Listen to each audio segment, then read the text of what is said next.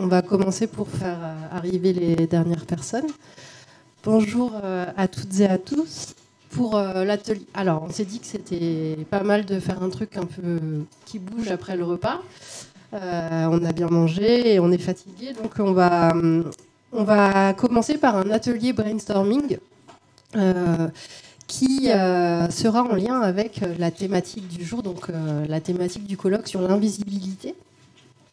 Et l'idée, c'était de pouvoir faire le lien entre des éléments qui ont été recueillis dans l'enquête Moi Patient, Bien Vieillir, qui a été menée par Moi Patient, qui a été coordonnée par Moi Patient, par les besoins qui ont été identifiés lors des états généraux organisés par AIDS et par l'enquête sur les discriminations que la Maison de vie de Carpentras a mis en place. Et donc, par rapport à ces trois matériaux et sur le lien avec l'invisibilité, on a identifié 3 thématiques qui étaient la question des personnes encore plus invisibilisées. Donc là, vous avez déjà probablement en tête les personnes trans, les personnes travailleuses du sexe, les personnes en situation de migration. Et il y a celles auxquelles on ne pense pas forcément parce que, en termes de fréquence, on les connaît aussi, c'est les femmes, les personnes de plus de 50 ans et les personnes en milieu rural. Vous avez vu que, notamment par rapport à la question du vieillissement, ça n'est absolument pas coordonné avec ce que les données qu'on a vues ce matin montrent, c'est-à-dire que oui, il y a plein de personnes de plus de 50 ans qui vivent avec le VIH, sauf qu'on les voit encore moins. Donc ça, c'est vraiment la question aussi des normes, dont on a déjà parlé l'année dernière. Donc la question des personnes encore plus invisibilisées, la question de la transmission, ce sont des pans de vie à cause du secret qui sont complètement invisibilisés. On parlait de la vie des personnes et de comment on laisse une trace, comment on laisse des choses en héritage. Et du fait, ce matin, on parlait du fait que c'était uniquement les années 80-90 qui étaient visibilisées et pas la vie avec le VIH actuel, y compris pour les personnes qui ont été contaminées dans les années 80-90. Et puis, la troisième thématique qui nous paraissait transparaître dans ces trois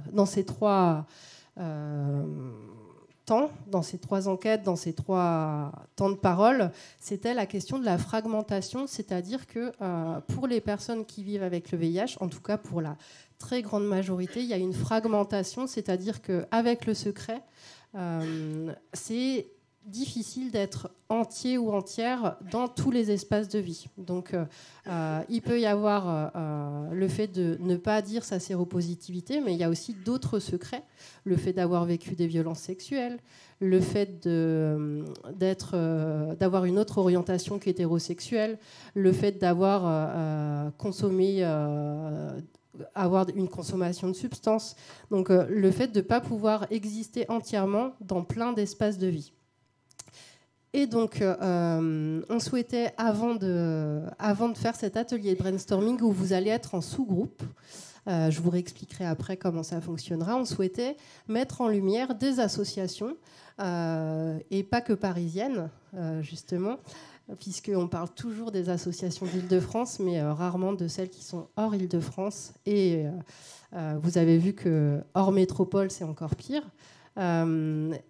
Et on souhaitait pouvoir avoir des temps pour justement parler de la question des populations encore plus invisibilisées, de la transmission et de la fragmentation, et de comment vous faites, chacune, avec ces freins, ou comment vous mettez en place des actions qui vont appuyer là-dessus.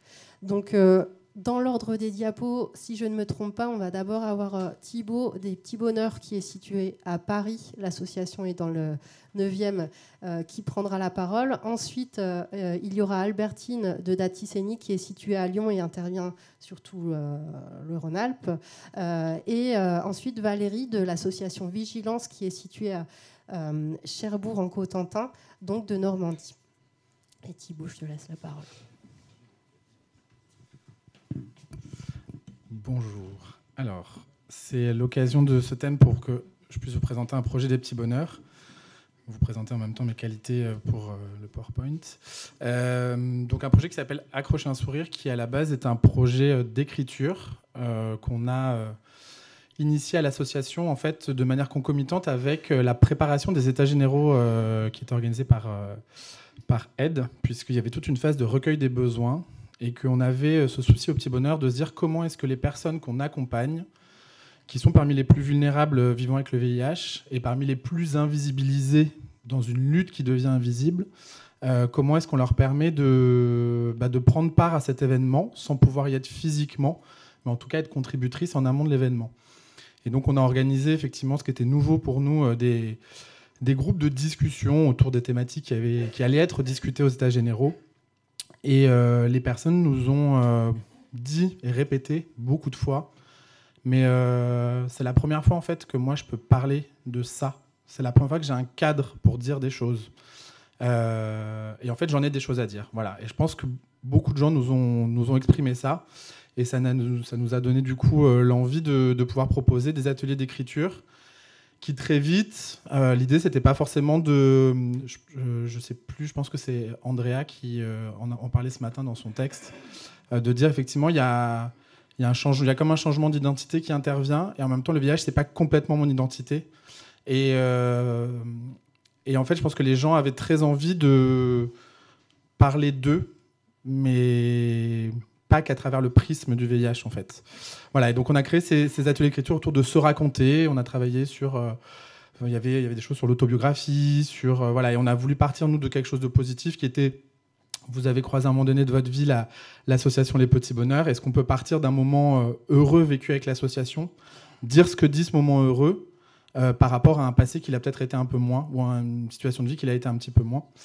Et voilà, donc ça a donné un certain nombre de textes, et on a construit avec ces personnes qui ont participé à ces ateliers, il y a eu une envie en fait de plus grande visibilité. C'est-à-dire qu'une fois qu'il y a eu cette production, on dit mais qu'est-ce qu'on fait de ces textes ? En fait, il faut les montrer. Voilà. Et les gens nous disent en fait, moi c'est bien, j'ai dit quelque chose, on l'a fait en atelier, mais comment est-ce que les gens vont savoir ce que j'ai dit ? Et donc là, on a travaillé ensemble du coup tout ce projet-là, et ça a donné du coup une exposition qui est un peu multimodale, dont une partie vous est présentée du coup dans le hall, voilà, contre les fenêtres. Je vous invite à aller voir, qui est une expo effectivement à la fois qui met en lumière les textes associés à une photo, associés à des enregistrements audio, puisque du coup il y avait cette démarche en fait aussi de donner de la voix, en fait, qui rend aussi visible, qui fait entrer en résonance en fait les textes. Donc il y a aussi un petit podcast, c'est le QR code. Vous êtes peut-être un peu loin, mais vous pouvez le flasher aussi au niveau de l'exposition là-bas. Je vous invite sur votre chemin retour à écouter du coup les voix en fait de ces gens qui s'expriment pour la première fois. Voilà. Et je voulais juste du coup pour illustrer les 3 points qu'a introduit Caroline. Voilà, je vous présente Nicolas. Pour nous, en tout cas, la manière dont on peut entre guillemets le théoriser. Nicolas aujourd'hui, il fait partie des personnes les plus invisibilisées. Il n'a pas encore 40 ans, c'est un SHH, etc. Donc, on se dit plutôt, voilà, une population qu'on a l'habitude de toucher. Mais Nicolas, sur une découverte tardive, en fait, a eu des séquelles. Il a perdu la vue dans un premier temps. Il a des troubles cognitifs. Il a été en hospitalisation très longue au sein du service neuro au Crémain-Bicêtre. Il espérait un retour à domicile et finalement, il s'est retrouvé en maison d'accueil spécialisée au fin fond du 95 dans le Vexin. Voilà, où il se retrouve, lui, très isolé, très seul. Et surtout, voilà, vous pourrez le découvrir dans son texte. C'est un ancien syndicaliste très engagé dans beaucoup de luttes. Et voilà, il trouve que là, il se trouve dans une situation où il n'est plus du tout voilà, écouté, entendu, compris. Voilà, donc c'est vraiment sur les populations aussi les plus invisibilisées. C'est vrai qu'on fait encore, je pense, ce travail-là au Petit Bonheur d'aller chercher beaucoup les gens les plus isolés à domicile, les perdus de vue, dans les établissements, les EHPAD, les masses, voilà, qui reste un public aussi qui est très peu entendu et écouté. Sur le deuxième point que présentait Caroline, voilà, on a le portrait de Piccola qui est aussi présenté là-bas. Sa première phrase, c'est ça. Il n'y a pas de plus grand plaisir que d'être vrai. Et la photo reflète assez bien justement la question de la fragmentation. Piccola, c'est certes une femme qui vit avec le VIH. C'est une femme qui a eu qui a une histoire migratoire complexe. C'est une mère, c'est une dame qui a aussi eu beaucoup de soucis de santé au moment où elle a participé. Alors, c'est un peu particulier parce que elle, comme Nicolas, n'ont pas participé aux ateliers d'écriture, mais notre intervenante, on s'est dit pour les personnes qui ne sont pas forcément en capacité d'écrire ou de faire ce travail collectif de partage, etc., c'est notre intervenante qui a écrit les textes avec elle, pour le coup, avec Nicolas, pour l'aider en fait à témoigner sous des formes d'entretien, de 3 entretiens. Voilà. Donc en tout cas sur la question de ce qu'a provoqué à un moment donné le secret et les complications liées à la vie avec le VIH. Donc voilà, je vous invite aussi à le découvrir. Et pour finir, plutôt sur l'entrée de la transmission, vous pourrez découvrir du coup le profil de Norbert, qui a une vie entre l'Amérique du Sud et la France, très isolé, un féru de culture, d'art, qui a aussi beaucoup de choses à partager, mais personne avec qui les partager. Et c'est vrai que l'espace qui a été créé par les ateliers d'écriture a eu un vrai effet de déclenchement, d'enclenchement en tout cas chez lui. C'est une dynamique sur laquelle on l'a accompagné, c'est-à-dire qu'on a travaillé à la rénovation de son appartement pour qu'il se recrée un espace de travail, en fait, entre guillemets, de bureau et de création. Et il a poursuivi, lui, il continue de poursuivre en fait, le travail d'écriture chez lui, pour raconter tout son parcours de vie. Donc c'était 3 petits exemples pour illustrer ces 3 points. Et je vous invite vraiment à du coup découvrir les quelques profils qui sont là-bas. Merci. Merci beaucoup Thibaut.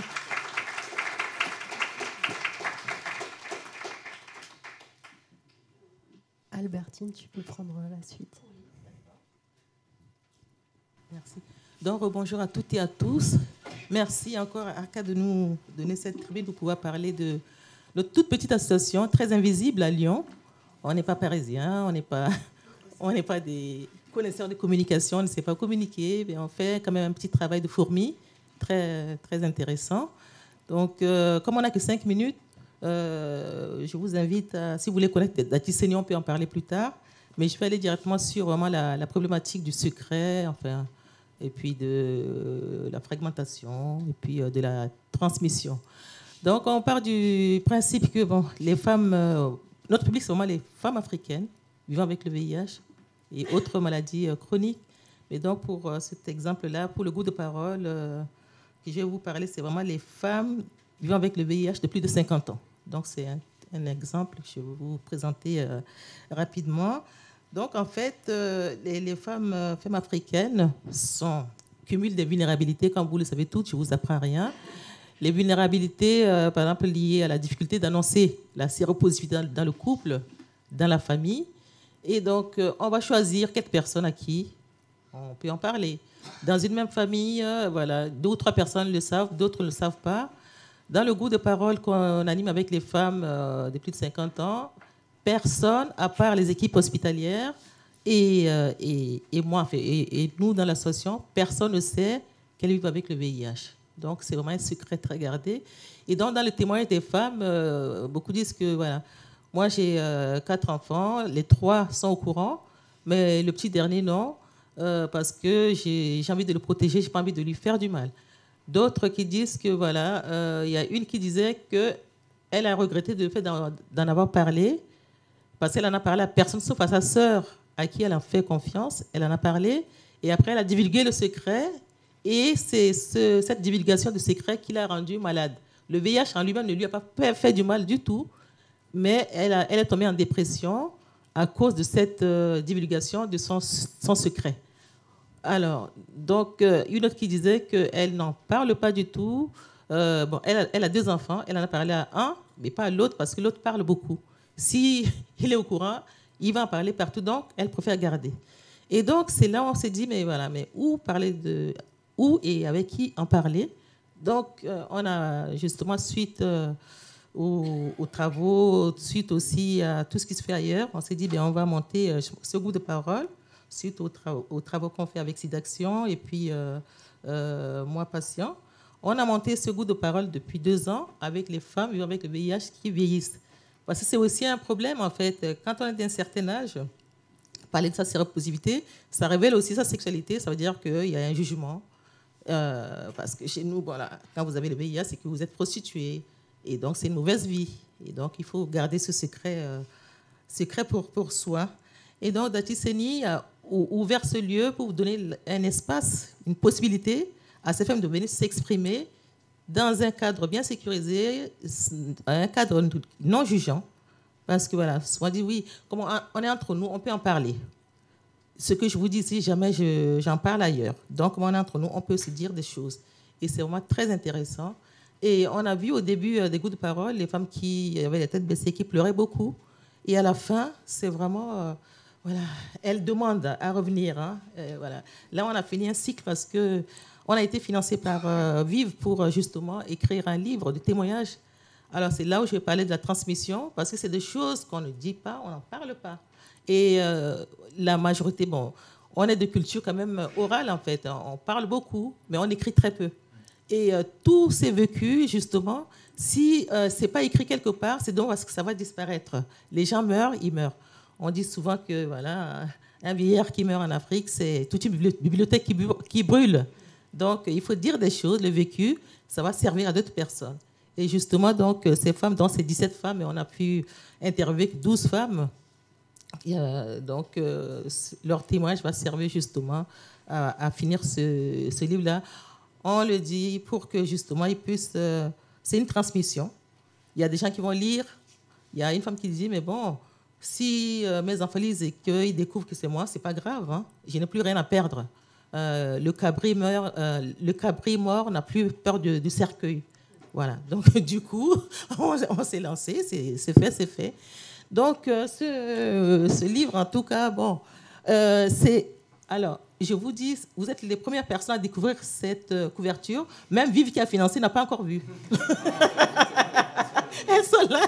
Donc, du coup, on vous le montre comme ça. Donc, vous nous dites, on veut mettre un peu de couleur verte pour... mais bon... Et puis le titre, on va encore ajouter un petit sous-titre du genre manger des bonbons pour bien vieillir. Alors quand on dit bonbons, c'est ça, c'est les ARV. On ne prononce pas les mots en fait. Voilà. Donc, mais c'est en critique en fait. On va discuter et on espère sortir. On veut faire sortir le livre pour le 1er décembre, mais voilà, il y a des allers-retours parce que c'est quand même quelque chose de public. Donc il faut bien que ça se structure bien. Donc, si on peut sortir pour le 1er décembre, c'est bien. Sinon, voilà. Mais donc, vous aurez vraiment ces livres-là. Mais vous allez voir. Je ne vous donne pas le contenu parce que voilà, c'est un secret. Voilà, on est dans le secret. Voilà, pour l'instant. Voilà, donc. Dati Seni, en fait, c'est la maison du bien-être. Voilà. Et alors, justement, parlant de l'invisibilité, avant, la première association s'appelait Association interculturelle de lutte contre le sida. Et comme il y a le mot sida dedans, eh bien, c'était un frein pour que les gens viennent à l'association. Quand les gens viennent, ils disent, oulala, si tu vas là-bas, ça veut dire que tu as le sida. Et donc, du coup, il y a une étudiante en philosophie qui est venue faire une étude, un stage à l'association à l'époque. Elle a interviewé les femmes et dit, mais si on doit changer le nom de cette association, comment l'appelleriez-vous? Et donc, elle a fait un brainstorming. Et effectivement, donc, les femmes ont sorti des mots. Et puis, il y avait plusieurs nationalités. Il y avait une dizaine de nationalités. Et le mot qu'on peut bien prononcer, facilement prononcer, c'est Dati Seni. Pourquoi? Parce que les gens disent quand on vient là, on se sent bien. Voilà, on se retrouve entre nous, entre pairs, on parle de tout et de rien, on est bien. Et c'est comme ça qu'on a décliné, on dit Dati Seni, la maison du bien-être. Voilà, donc derrière, il y a bien le VIH, il y a les hépatites, il y a autres maladies chroniques. Donc tout ça, c'est aussi pour dire que le mot fait peur. On ne dit jamais qu'on a le sida. On a ça. On a ça. Voilà. Donc, du coup, ben, comme c'est 5 minutes, hein, donc voilà.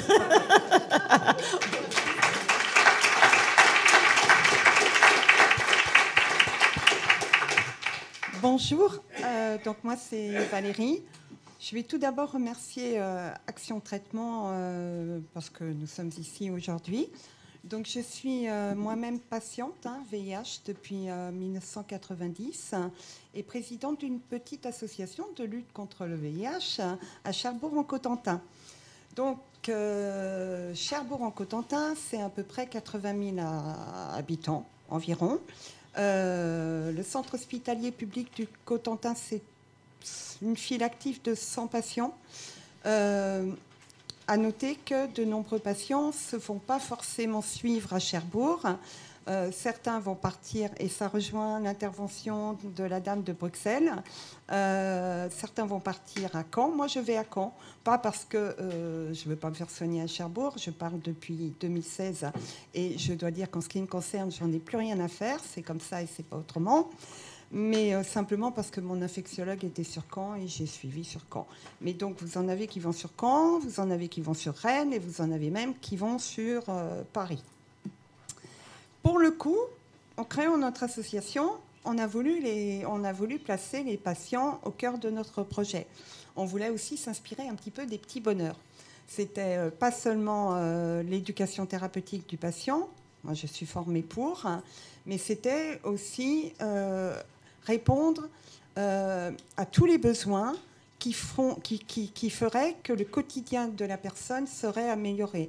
On a eu un patient, par exemple, accident de moto, difficulté à se déplacer, donc obligé de se rendre dans la petite supérette en bas de chez lui, mais extrêmement cher. Donc pour le coup, alors il faut bien entendre qu'on est 4 personnes au sein de Vigilance.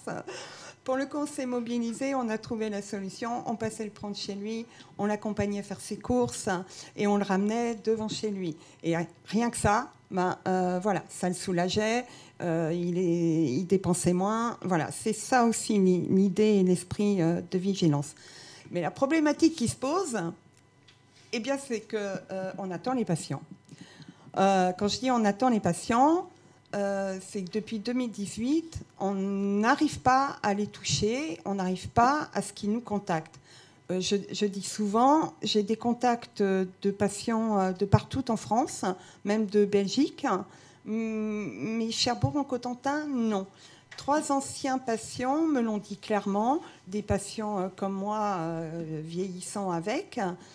Super ton projet, Valérie, mais on ne veut pas être étiqueté VIH. Bon, ben voilà, la problématique, elle est posée. Alors, on a essayé plein de choses. Bon, déjà, notre local est situé dans un espace où il y a 2 entrées ou 2 sorties, comme vous voulez. Une personne peut rentrer d'un côté, peut sortir de l'autre. Ensuite, quand elle vient au local, il y a plusieurs associations. Donc, on ne peut pas forcément savoir où elle va. Donc, il y a ce côté-là. Ensuite, on a aussi proposé des rencontres hors local. Moi, je propose dans un bar, de façon anonyme, mais non, toujours pas de contact. On a disposé, bien entendu, des flyers au service d'infectiologie, la pharmacie de l'hôpital. Bon, là, on refait nos flyers parce qu'on vient d'obtenir l'agrément TROD aussi. Mais pareil, toujours pas de patients. Et qu'est-ce qu'on a essayé d'autre ? Enfin, on a essayé une multitude de choses, mais ça ne marche pas. Et c'est là que l'on voit effectivement cette problématique. Alors, est-ce que c'est parce que c'est une petite ville et qu'effectivement on peut se croiser, mais même à l'hôpital ou n'importe où? En même temps, je me dis pas que, puisque Bruxelles est une grande ville et les patients vont se faire soigner ailleurs. Donc c'est bien, encore une fois, ce problème de discrimination, cette peur du rejet, cette peur du regard de l'autre. Et pour le coup, ça m'interpelle dans le sens où qu'est-ce que je fais pour eux? Qu'est-ce que je fais pour qu'ils puissent venir? Moi, je parle librement et ça ne me pose aucun problème. Et je me rends compte qu'en plus, quand une patiente parle au public, à la population, généralement, si je prends, j'ai Laure qui est là, nous étions l'année dernière sur un festival Green River Valley et moi, j'ai fait le premier soir.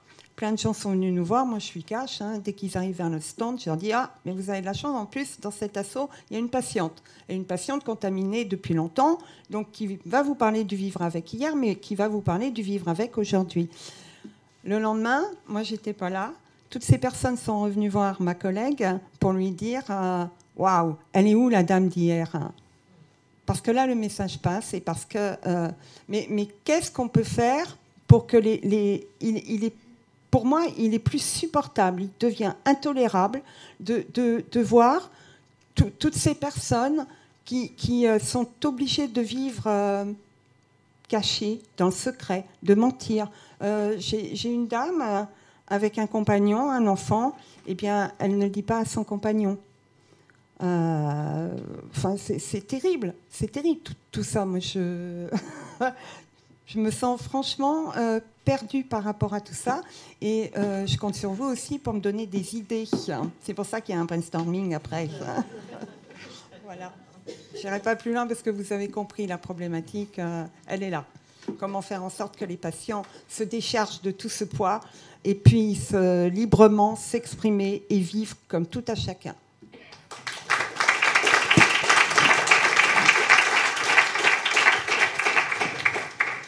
Moi, c'est Alex, je suis bénévole à l'association Aide et élu au niveau régional de la Bourgogne-Franche-Comté.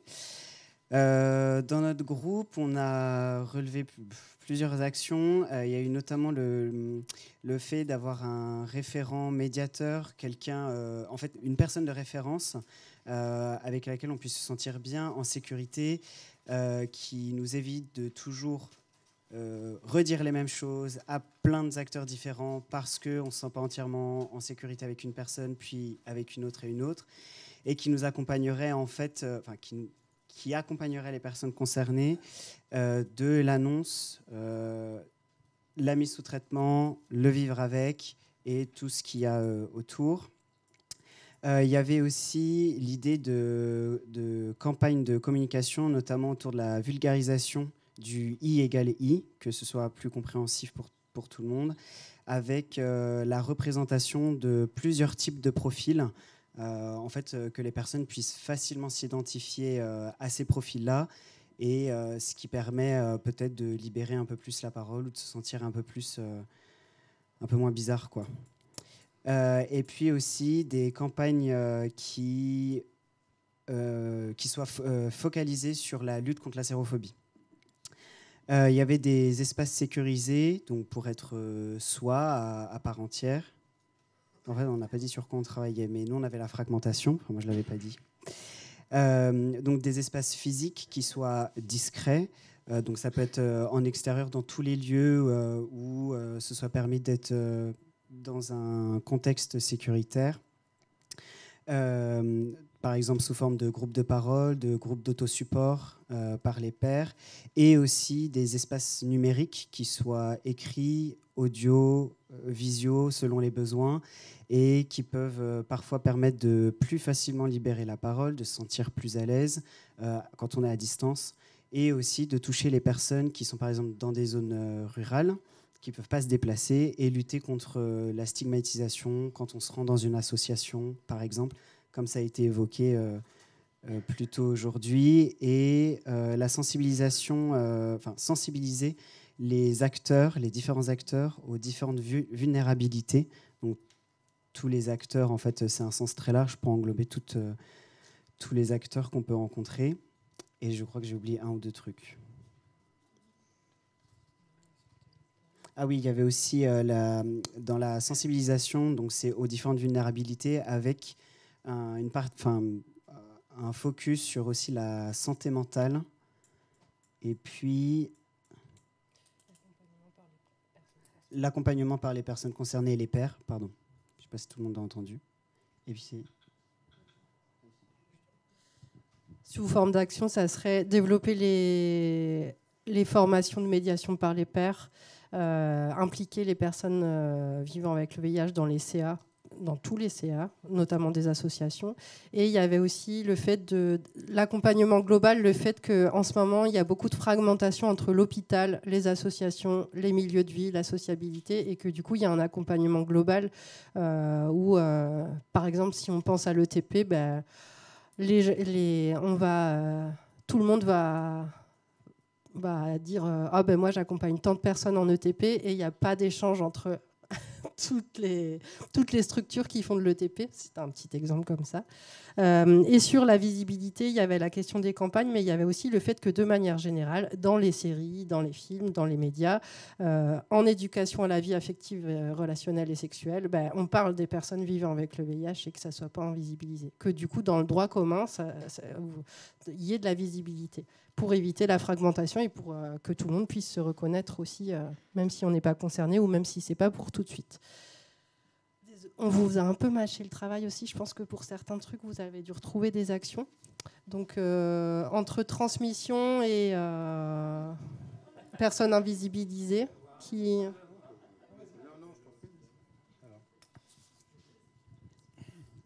Donc nous, c'était un petit peu sur répondre aux difficultés des personnes invisibilisées. Plusieurs idées, c'est parti un petit peu dans pas mal de directions. Il y avait l'idée de remettre un petit peu de VIH dans les festivals de musique consacrés au VIH, mais qui en parlent de moins en moins, sous forme d'interludes permettant effectivement de parler de témoignages, de visibilité et d'informations sur le VIH pour redonner de la visibilité. La seconde, parce qu'il y avait plein d'idées, donc nous, on a respecté la règle, contrairement à d'autres. On n'en a gardé que 3, ce qui passe à la trappe un certain nombre d'excellentes idées que je ne vais pas vous exposer là maintenant. Mais c'est dommage, mais bon, il y a une règle, on la respecte. L'idée était aussi qu'il y avait peut-être besoin de développer des lieux spécifiques et adaptés et gérés de façon communautaire pour permettre aux personnes de se retrouver de façon safe, de façon sécurisée, etc., pour développer à la fois des ressources spécifiques sous forme de documentation, de carnet d'adresses et de choses à partager. Le pendant des lieux, parce que tout le monde a dit bah ouais, les lieux, mais tout le monde n'y va pas et il faut être voir, c'est de faire effectivement ce qu'on appelle dans le jargon de l'outreach numérique, de l'aller vers numérique, c'est-à-dire une capacité effectivement d'aller vers des personnes plutôt invisibles et qui souhaitent le rester via les réseaux sociaux pour éventuellement leur permettre elles aussi de témoigner, et pas forcément de façon visible, mais d'avoir leur témoignage, etc. Et la dernière idée qui a été développée, c'était de se dire finalement, il faut peut-être investiguer, mener des recherches sur les stratégies de gestion du secret et du dévoilement, de leur statut dans les différentes populations, parce que les séropos n'est pas un groupe homogène et les enjeux du dévoilement ou de la gestion du secret ne sont pas les mêmes selon les populations. Et à partir de ces recherches, finalement, d'élaborer un petit vadémécum du dévoilement et de la gestion du secret, c'est-à-dire en fait des astuces sur comment, à quel moment, par quels moyens, à quelle occasion, avec quels mots, avec quel tiers, on parle effectivement de son statut sérologique. Est-ce que c'est le bon moment? Est-ce que c'est nécessaire? Qu'est-ce qu'on en attend? Qu'est-ce qu'on en redoute?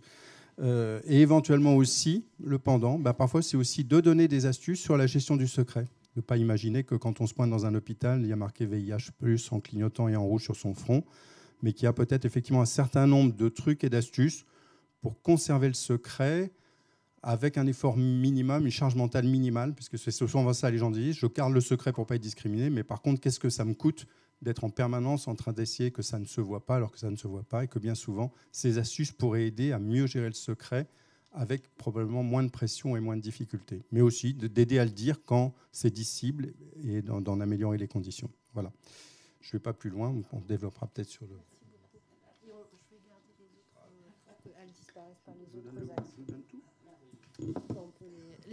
Celles que vous n'avez pas établies comme prioritaires, on les garde.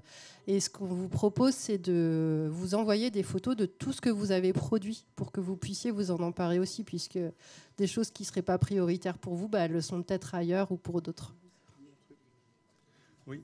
Je me faisais une remarque, en fait, finalement, plutôt que de parler de fragmentation, je pense qu'on pourrait utiliser le mot de morcellement. Parce que la fragmentation, c'est un processus, le morcellement, c'est plutôt un résultat. Et en fait, souvent, les gens qui vivent le VIH, ce sont des gens qui se sont pris effectivement suffisamment de coups psychologiques dans la vie pour finalement se sentir parfois en petits morceaux, et ils ont besoin de recoller les morceaux pour se sentir de nouveau eux-mêmes.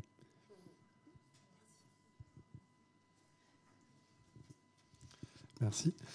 Alors nous, dans notre groupe, on avait travaillé sur comment favoriser la transmission des histoires et des vécus des personnes vivant avec le VIH. Alors, donc, parmi nos 4 propositions, on avait la création d'un chapitre dans les outils pédagogiques, notamment dans les manuels scolaires, pour parler de l'histoire de l'épidémie. On avait la création d'une chanson, c'est-à-dire un objet populaire qui parle de la vie, de ce qu'est la vie d'une personne vivant avec le VIH aujourd'hui. On avait créé un fonds d'archives qui soit à la fois un lieu physique et numérique accessible à tout le monde et pas seulement aux universitaires, pour pouvoir consulter tout le savoir accumulé sur la vie avec le VIH et la lutte contre l'épidémie. Et enfin, pour impliquer les personnes qui sont loin du sujet, c'est Crane Escape Game, dans laquelle elles peuvent se mettre dans la peau d'une personne vivant avec le VIH, du diagnostic jusqu'au traitement, en passant par les coming out, les rendez-vous avec les médecins, les coups qu'on se prend, les stigmatisations, etc. Quelle créativité! Merci de toutes ces propositions dont tout le monde peut s'emparer. Là, il y a un travail hyper riche que vous avez fait en très très peu de temps. Donc, dès qu'on aura réussi à tout prendre en photo, vous pourrez vous en emparer aussi. Et ça peut favoriser le travail interasso ou interstructure.